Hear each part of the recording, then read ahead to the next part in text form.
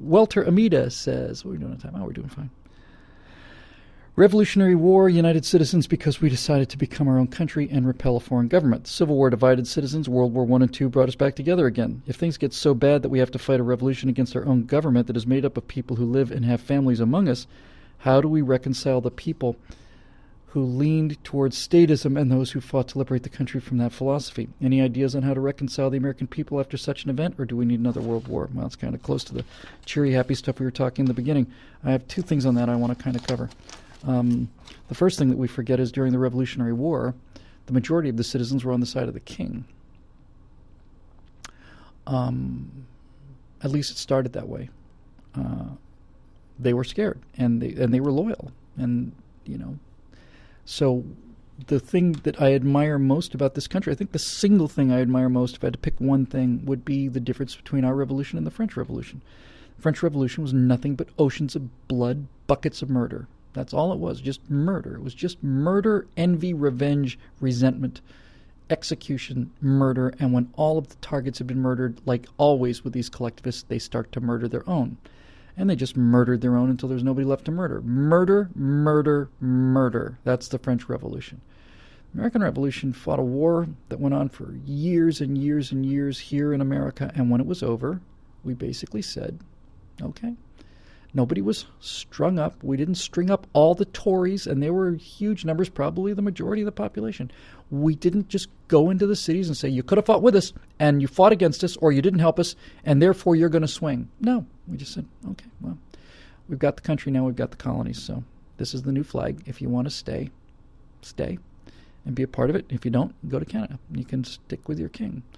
It's a profound thing. It really is. It's such a beautiful thing. And John Adams defending British soldiers and winning in court, So I like to think that that is the tone that we would take. And frankly, it is the tone that we would take. It's not the tone that they would take. That's the other thing. This is the advantage of this K selection honor kind of thing.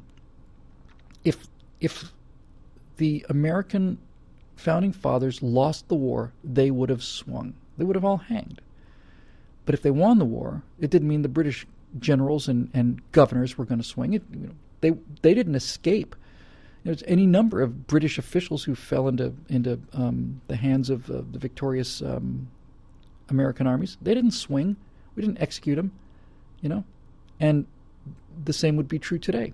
If that comes to that and we have to fight and win, if we win, we'll be magnanimous because we're magnanimous people, because we don't think they're evil. We just think they're stupid. We just think they're wrong. We just think the other side is wrong. We don't think they're evil. We don't hate them. We don't think they're not people.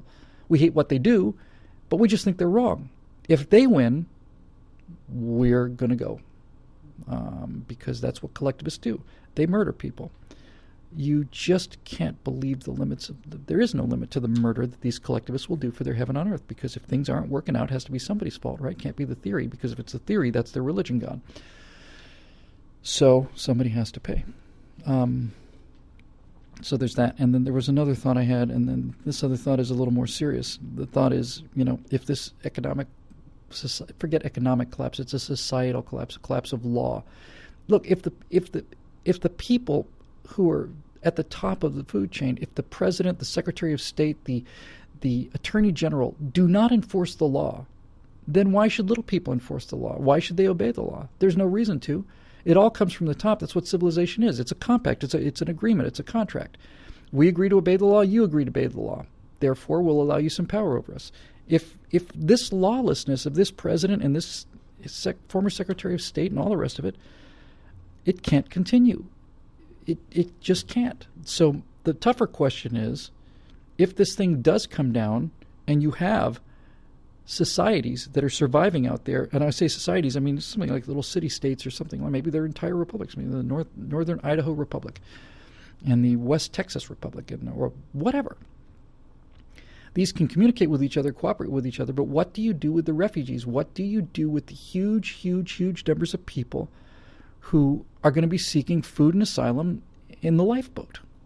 If there's not enough food for them, then they simply have to be turned away, because otherwise the argument we're making now doesn't make any sense.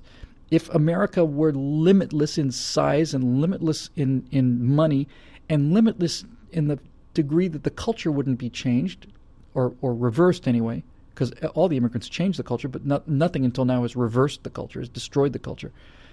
Then you could make the case that bring them in. But it's not limitless. And you are left with a lifeboat. You're left with a lifeboat. That's what America is. That's why you cannot open the doors to immigration. That's why you can't have a no borders policy, an open world policy. You cannot do it. The way to think about this is it's the Titanic, right? The West are the lifeboats. And the ocean liner is going down. Now, the thing that most people don't realize is that the ocean liner's always been going down. The lifeboats are the flukes. They're not the natural state of man is to be on the sinking ocean liner. The reason people are swimming for the lifeboats is because it's the first time in history that there's been something like a lifeboat. But put that aside for a second. Here we are in the lifeboat where things are working and there's discipline and we're rowing and we're taking care of the sick and we're rationing medicine and all this other stuff. And now you got people in the water. And you can even make the case there's no difference from those people. Those people are as morally sound as the people on the lifeboat. That's fine. You got 2,000 people in the water and you got 70 people on a lifeboat. Now, one of two things is going to happen. You can either take as many people as the lifeboat will stay afloat with. And that, I think, is probably a moral good. In other words, I think on the Titanic, off the top of my head, that the boats were limited to 50 people. It's off the top of my head. And some of them sailed away with 12, 22 of the 50 seats available. The first ones off were not anything like loaded to capacity. But when they got in the water, they were having 50 people on it. And when you got to the ropes that were around the side and all the people you could put in on the extra space, you probably get 70 or 80 in a lifeboat meant to hold 50. Now, that lifeboat will not stay afloat in heavy seas, but it was glass calm that night, and they knew aid was coming. So you can take the capacity of the boat and some as an act of mercy. But you can't put 2,000 people into a lifeboat that will hold 50 people. And the stark, cold reality of the world is that if you try to put those 2,000 people onto that lifeboat, then nobody survives the sinking. No one. Everybody dies. That's the situation we're in. And so what we should be talking about is not whether or not we should be letting everybody in the world into Europe and North America. What we should be talking about is what do these people have to do to turn their miserable crap hole countries into Europe and North America? In other words, what do we have to do to stop their ship from sinking? Because we do not have the room for them. We do not.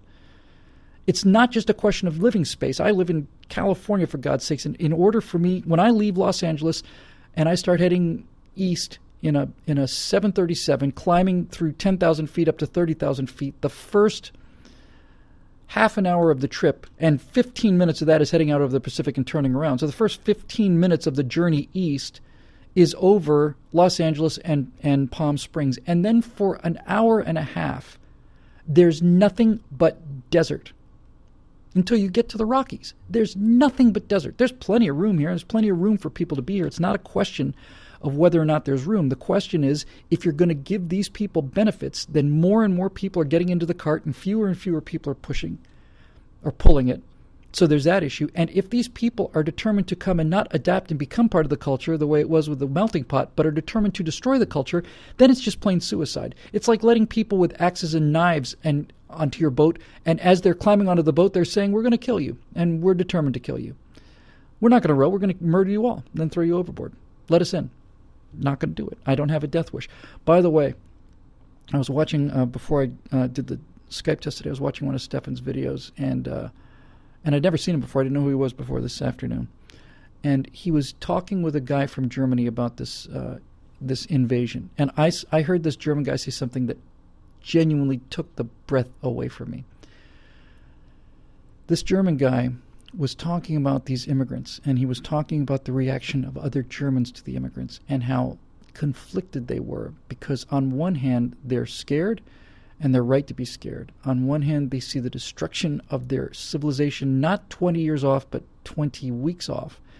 They see this rioting, this rampaging, this smashing of cars, this Allahu Akbar, this tying up streets that they can worship on the streets 5 times a day. They see all of it out their windows, and they're terrified and they want to stop it. But this is what this guy said that just really blew me away. Was he said, but the thing with us Germans is, on some level, we're more afraid of ourselves.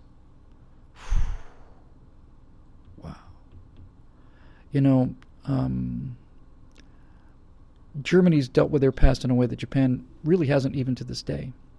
And Germany's post-war reaction to Nazism is one of the most morally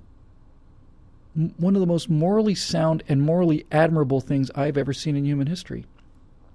Especially since the people that were doing it really, in many cases, didn't bear any of the guilt. They literally were the children of the people that did this, and you're not responsible for your sins of your father. And what Germany did in terms of exposing what actually happened, there was a period of 10 years there right after the war where nobody said boo about this whole death camp thing. But once somebody broke through that wall, the reaction of the German people to their own background, to their own history, I think has been exemplary, to the degree that they face it, they acknowledge it, they admit it, they own it, and they're determined to do something about it. But to hear this relatively young German say, certainly much younger than could have possibly been a National Socialist, he said, we start thinking about solutions like this and we start thinking that we're National Socialists. In other words, the gray area has gone out of German culture. The Germans right now, based on what this guy said, but it makes perfect sense to me, and it makes perfect sense all across the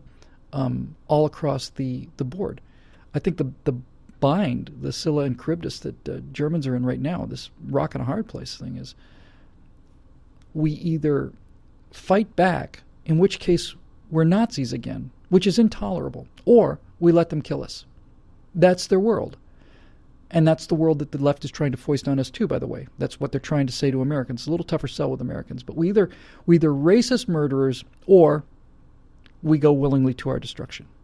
Those are the choices that we're presented with here, because we're not allowed to believe in ourselves. There's no vigor in our civilization anymore. Vigor is being bled out, and as the vigor falls quickly, the civilization, the sea comes down more slowly, but still following the belief in the civilization. The belief falls rapidly, and then the civilization falls as a result of lack of belief in it. So to hear a German say that, and to hear the pain in his voice, you could tell he was like choked up. He says, we're more afraid of ourselves than we are of these people. That just stirs all kinds of interesting and very deep thoughts. And the first one is the fact that you're able to ask that question immunizes you in most cases against what you're afraid of. If you are basically saying, I'm terrified about the brutality of the result, don't you understand that's the antithesis of what the National Socialists were? That's the antithesis of National Socialism, to be concerned about the brutality of your response. The National Socialists were about the brutality. Brutality and terror were their tools. It wasn't like an accident. This was the conscious decision of all of the Nazi leadership. It's the whole reason the SA existed in the first place, to put 3 or 4 million people, eventually, just brown-shirted thugs, on the street to intimidate the opposition, to bully people up and rough up Jews and rough up opposition. And then eventually, when they had to be excommunicated and have that head cut off, then you reduce the number down to a much smaller group of much more ruthless, terrorizing Gestapo SS type guys. When you hear the Germans say that if we fight them back, we're concerned that we're going to turn into the Gestapo and the SS, that's an indication that they're not going to turn into the Gestapo and the SS. And they're in a terrible philosophical bind that they've put themselves into. I think it's a false dichotomy. I think the German people not only have an opportunity, but they have an obligation to fight for their German culture. And that means expelling these people that are there to destroy it. And I don't have any problem with expelling that. And if these people start opening fire on our citizens and our police force, then we need to open fire back. And if we kill a bunch of them, then I don't have any problem with that either. It's an armed invasion in that case.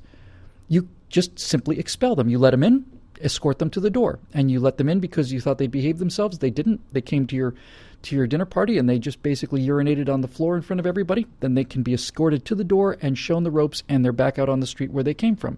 There's nothing unethical or immoral about that whatsoever. It was an act of charity and generosity that was repaid with barbarism, rape, violence, murder, and destruction of property.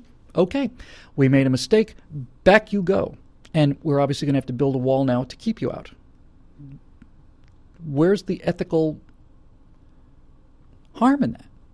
And we do not have an obligation to take in the entire world. We fought for these privileges. We fought for them. We paid for them. We paid for them in terms of work. We worked our asses off to build this society. We still work our asses off. We're incredibly hardworking, energetic, inventive, creative people. We have been our entire history. And huge numbers of Americans have died to protect these things. And what we're doing is basically taking that hard work and that effort and that sacrifice and giving it to people who are unwilling to do it on their own. And since they're unwilling to pay for it on their own, they don't appreciate it. They think it's just a gift. They think it's just a corrupt gift for that matter. And since they don't have to pay for it, they don't value it. They need to go back to their countries and have their own revolutions and have their own uprisings and have their own losses and have their own heroes and turn those tyrannies into freedoms on their own. And if they're not willing to do it, then they don't deserve it. And we're not going to just give it to them. We can't give it to them. That's my entire point. By giving it to them, it loses all the value. The reason that we fight for our freedoms is because we've paid a very high price for them and they have value to us. We fight out there today to protect our freedoms because our fathers fought for our freedoms and our grandfathers fought and died for our freedoms and our great-great-grandfathers fought and died for our freedoms. And we would like someday to be able to enter the halls of our fathers in whose mighty company we will no longer be ashamed. And it's just that simple. And when these guys, these savages come into Europe and start destroying everything that those Europeans had worked for over centuries to create this modern civilization, when these barbarians come in there and first thing they do is start destroying it and telling them how they're going to destroy it and they're going to take it over and they're going to trash everything. And no, we showed you an act of mercy. We obviously showed mercy to the wrong people. Out. Well, we're not going to go out. Oh, you are going to go out. Well, we're going to fight you if you try and throw us out. That's your decision, not ours. We just wanted to throw you out. We have a right to throw you out. And since you're not going to go accordingly, then okay. That's not going to happen here. That kind of rampaging lawlessness is not going to happen here. But you know, the reason I lose sleep at night and the reason I have such a hard time dealing with the world is because I know for a certain fact, I know for an absolute certain moral fact, that if I am in my balcony in my apartment and I look down on the street and I see a group of 12 men raping a woman, it doesn't matter who they are. It doesn't matter if they're Muslim immigrants. It doesn't matter if they're skinheads. It doesn't matter if they're Black Panthers or Crips from the inner city. It doesn't matter. If I look down from my balcony and I watch in front of my eyes in real time a group of men raping an innocent woman who's screaming for help, and I reach into my closet and I remove my AR-15 with my 5-power scope, and I drop 2 of those guys and the rest of them run away, the police will come and they will arrest me. That's America today. They will arrest me in California. I don't know if that's true in Texas, but it's true here. They won't come after those guys. Rapes happen every day in Los Angeles. They're not going to worry about those guys. They're going to come after me because that example has to be stopped. And so these are the kind of moral calculations I have to make living in California now. I have to make these calculations now so that I don't have to make them in real time. This is what conservatives do and K competitors do. We stress ourselves early so we know what to do when the stress really happens. I don't think that's ever going to happen. I'm quite convinced that will never happen to me, that scenario I've just described is not going to happen. But it's not impossible.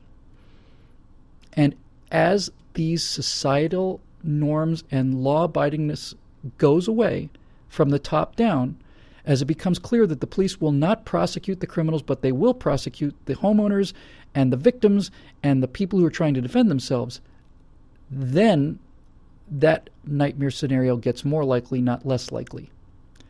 And so now we have to find out what they're going to do. And then, I mean, in America today, in California, I should say, not in America, in California today, if that happened to me tonight and I watched it happen, I've decided what I would do. I've decided what I would do. If I saw that happening, a group of 12 guys, 2 guys, 1 guy, whatever, I'd yell at him. I'll say I'm calling the cops. If he didn't stop, if they kept at it, I would put a couple rounds within 5 or 6 feet of them because I can fire with that kind of precision. And that almost certainly would scare them away. And that would get me to jail for the night, but that'd probably be the end of it. I'd probably be prosecuted for some kind of felony, but that would be the end of it. That woman would still be alive. But if they didn't stop, then I'd shoot them. And I would risk the court case because I would be the kind of witness that maybe they, or defendant that they may not want to be messing with. I would then risk the court case because my feeling is, better to be tried by 12 men than carried by 6. That doesn't got anything to do with me. I can just sit there and turn up the TV so I don't hear her screaming anymore, but that's not something I can live with. So yeah, I'd fire a couple rounds and they would disperse, and if they didn't, I'd put a couple rounds into them, and then the rest of them would disperse, and I'd keep firing until they did disperse. And that woman would be alive, and I would be alive. I may be in prison, but they'd have to convict me. And even though California is so upside down, and even though they'd make a major effort, I still think the fundamental decency and common sense of people, even in California, to say, yeah, I made a decision to shoot the rapist to save the person who was being raped. You going to throw me in jail for that? Let me know. But that's what it is out here, and if you think I'm exaggerating it, I'm not. You open fire to defend a person's life, or certainly their property, and they will not come after the criminals. They'll come after you. And the world can, it's a statement I'm using a lot now, and I really like it, and I'm going to use it a lot. It's like, if you turn the world upside down long enough and shake it, parts are going to start to come loose. And that's what's happening. The world is upside down. The Justice Department prosecutes the innocent, and they let the guilty go because they want political power. We all know how this works. Same thing in Europe. If a person goes to jail after his house has been broken into 7 times because he stabs a guy in the leg because he didn't want to be assaulted and stolen from 8 times, and that man goes to jail and the thief gets a settlement and benefits from the government, then the world is upside down, and it can't stay upside down long enough without big pieces coming loose, and that's what we're seeing right now. 2 to go. I'm so glad I got this question.